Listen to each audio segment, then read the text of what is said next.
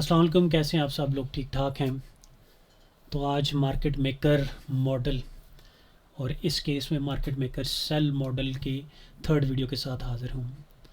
और मैं जानता हूँ कि ये वीडियो काफ़ी अरसे बाद यानी 2-3 हफ़्ते बाद मैं बना रहा हूँ, लेकिन उसकी वजूहत मेरे कलीग्स और मेरे स्टूडेंट्स जानते हैं कि मैं एक बेसिक एसएमसी बेसिक से एडवांस एसएमसी का एक फुल कोर्स की वीडियो बना रहा हूँ जो कि आपके इसी यूट्यूब चैनल के ऊपर मिल जाएंगी। तो जो लोग बिल्कुल बेसिक हैं वो इसको देखने के बजाय उनको जाकर देखें ताकि उनके बेसिक्स ठीक हों और वो मार्केट को समझ सकें कि मार्केट कैसे वर्क करती है। तो आज मार्केट मेकर सेल मॉडल की बाय साइड की लास्ट वीडियो है। तो ये वीडियो को बहुत ज़्यादा लंबी नहीं होने वाली, तो लेकिन इसमें कंटेंट इन्फॉर्मेशन बहुत इंपॉर्टेंट है, तो इसको बड़े गौर से देखें। तो इनिशियली फर्स्ट 2 वीडियोस में हमने देखा था कि प्राइस ऊपर जाने से सेल हाई टाइम फ्रेम जब अपनी सेल पर होता है, सेल साइड पे होता है, तो वहाँ से जो रिट्रेसमेंट करता है उस रिट्रेसमेंट से पहले लोअर टाइम फ्रेम अपनी एक कंसोलिडेशन करता है जिसको हम इनिशियल कंसोलिडेशन कहते हैं, और उसका जो रेंज होती है हम उसको कंसोलिडेशन रेंज कहते हैं, और इस पार्ट को हम लोग ओरिजिन कहते हैं। प्राइस कुछ देर के लिए एक ख़ास रेंज में बाउंड होती है, उसके बाद बाय स्टॉप्स लेती है, फिर सेल स्टॉप्स लेती है, हाई टाइम फ्रेम हिट करती है और फिर बाय हो जाती है वहाँ से प्रोग्राम।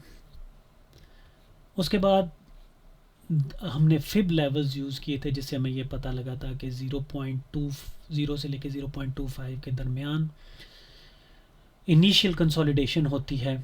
उसके बाद 0.25 से लेके 0.50 तक दरमियान में एक ऐसा गैप, ऐसा फेयर वैल्यू गैप जिसको हम मेजरिंग गैप कहते हैं, फॉर्म होता है, जो जिसकी निशानी ये होती है कि वो फुली फिल नहीं होता, वो ओपन रहता है। और उसके बाद वहाँ वो हाफ वे होता है, और अगर हमारी फिब्स इस की प्रोजेक्शन यहाँ पे और फर्स्ट इनिशियल पॉइंट्स यानी फर्स्ट स्विंग पॉइंट्स में और इसके दौरान सही हो तो हमें आगे पता चल जाता है कि प्राइस और ऊपर कितनी जाएगी। इस ऊपर प्राइस टर्मिनस तक पहुंचने से पहले अगर हमारी प्रोजेक्शंस के दरमियान में कोई लेफ़्ट साइड पे यानी कि इस पॉइंट पे पहुंचने से पहले कोई लेफ़्ट साइड पे ओल्ड हाई मौजूद हो तो प्राइस उसके run on by side liquidity करती है, यानी कि ये वाले बाय स्टॉप्स ले लेती है और फिर अपने हाई टाइम फ्रेम में जाके हिट करती है जो कि टर्मिनस है, और वहाँ से सेल प्रोग्राम इनिशिएट हो जाता है। तो लास्ट टाइम हमने फिब लेवल्स जो यूज़ किए थे वो थे 0, 0.25, 0.50, 0.75 और 1। आज हम एक दूसरे तरीके से इन्हीं को जानने की कोशिश करेंगे। यहाँ पे भी हम लोग फिब लेवल्स यूज़ करेंगे। तो अगर हम फिब टूल लें और जिसकी सेटिंग्स ये हों, इसका आप बेशक स्क्रीनशॉट ले लें। तो इस केस में अगर मैं अपनी कंसोलिडेशन रेंज के लोअर पॉइंट से हायर पॉइंट तक अगर अपने फिब लेवल्स को एंकर करता हूँ, तो इस केस में देखें कि जो हाई टाइम फ्रेम का पी डी है वो तकरीबन 7 स्टैंडर्ड डिविएशन पर आया है। अब ये कुछ भी हो सकता है, मैंने पहले भी बताया कि कोई भी हाई टाइम फ्रेम का पी डी हो सकता है। और अगर इस प्रोजेक्शन में के टॉप तक यानी कि टर्मिनस तक उससे पहले कोई ओल्ड हाई मौजूद हो तो फिर हमें 100% तकरीबन श्योर हो जाता है कि ये जो बाय साइड प्रोग्राम है ये यहाँ तक रिट्रेस करेगा और उसके बाद सेल प्रोग्राम शुरू हो जाएगा। इस केस में एक दो चीज़ें आप और नोट करें जो कि पिछली प्रोजेक्शंस में नहीं थी, वो ये हैं कि आपने देखा है कि ये जो फिब लेवल्स, ये जो स्विंग पॉइंट्स फॉर्म हुए हैं, एक ये देखें ये स्विंग पॉइंट ये एग्जैक्ट हमारे फिब लेवल्स के ऊपर है। ये देखें ये 2 पे है और ये 1 पे है। इसके बाद उसके एन मिडल में एक मेजरिंग गैप है, फिर 5 और 4 पर ये देखें आया है, और उसके बाद टर्मिनस एग्जैक्टली 7 स्टैंडर्ड डिविएशन पर आया है। इस इंफॉर्मेशन से हमें ये पता चलता है, इसको हम लोग ऐसे यूज़ कर सकते हैं कि जब हम इस प्रोजेक्शन को करते हैं और यहाँ पे स्विंग पॉइंट्स फॉर्म होते हैं तो हमें ये मालूम हो जाता है, क्योंकि हमारे प्रिसीजन लेवल के ऊपर है, तो हम यहाँ से अपनी ट्रेड्स को लॉन्ग करने के लिए एक बहुत हाई प्रोबेबिलिटी सेटअप को देख लेते हैं पहले ही।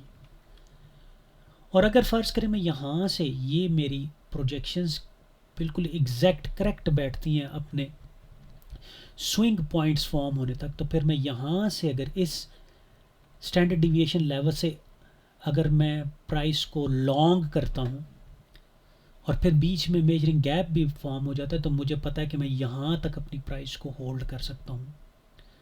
और फिर उससे पहले बाय साइड लिक्विडिटी भी रन हो जाएगी, ये भी मुझे मालूम है।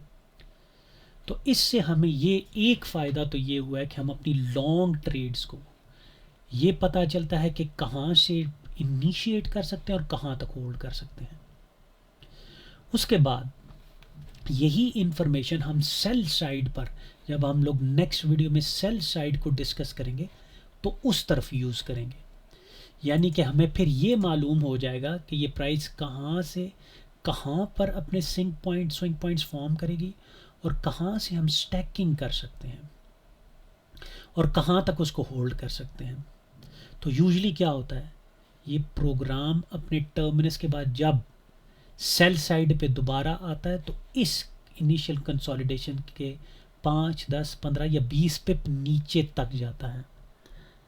तो हमें इन प्रोजेक्शन से एक तो अपना लॉन्ग ट्रेड्स में हेल्प मिली, हाई प्रोबेबिलिटी सेटअप्स मिले, और दूसरा शॉर्ट करते हुए हमें ये मालूम हो कि हम कहाँ तक होल्ड कर सकते हैं।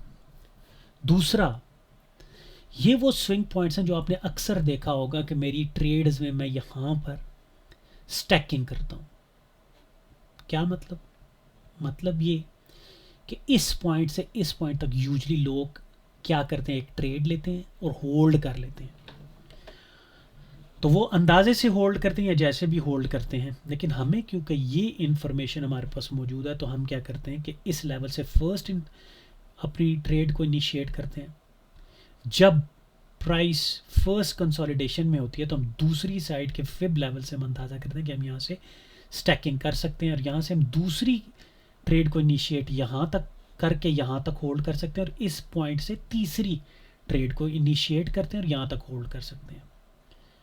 तो अगर मैं एग्जांपल दूं कि ये यहाँ से लेके यहाँ तक 200 पिप्स हैं फॉर एग्जांपल, तो एक ट्रेड तो मैं 200 पिप्स की होल्ड करूँगा, जबकि यहाँ से मैं दूसरी ट्रेड जो लूँगा वो मैं 150 पिप्स की होल्ड कर सकता हूँ और यहाँ से फिर तीसरी ट्रेड 100 पिप्स की दोबारा होल्ड कर सकता हूँ। ये मैं एज एन एग्जांपल कह रहा हूँ। जब हम लोग सेल साइड को इन डेप्थ में पढ़ेंगे तो हमें ये मालूम हो जाएगा कि हमने कहाँ से स्टैकिंग करनी है और कहाँ तक होल्ड करना है। तो इस प्रोजेक्शन से जो हमने पिछली वीडियोस में पढ़ा और इससे भी हमें ये मालूम हो गया, एक तो ट्रेड कहाँ से लेनी चाहिए, कहाँ हाई प्रोबेबिलिटी ट्रेड्स बनती है और कहाँ तक जाती हैं, और फिर कहाँ से हम शॉर्ट लेके कहाँ तक होल्ड कर सकते हैं। इस वीडियो में आज इतना ही। इंशाल्लाह अब नेक्स्ट वीडियो जो सेल साइड मॉडल के ऊपर होगी, यानी ये तो sales market maker sell model की बाय साइड थी, अब जो नेक्स्ट होगी वो सेल साइड होगी। अब हम उसको डिस्कस करेंगे इस इंफॉर्मेशन को यूज़ करते हुए। तो मेरी तरफ से अल्लाह हाफ़िज़, आज तक के लिए इतना ही। खुदा हाफ़िज़। और अगर आपको वीडियो अच्छी लगी हो तो चैनल को सब्सक्राइब और शेयर ज़रूर करें ताकि मेरे चैनल को ग्रोथ में हेल्प हो। Thank you very much. अल्लाह हाफ़िज़।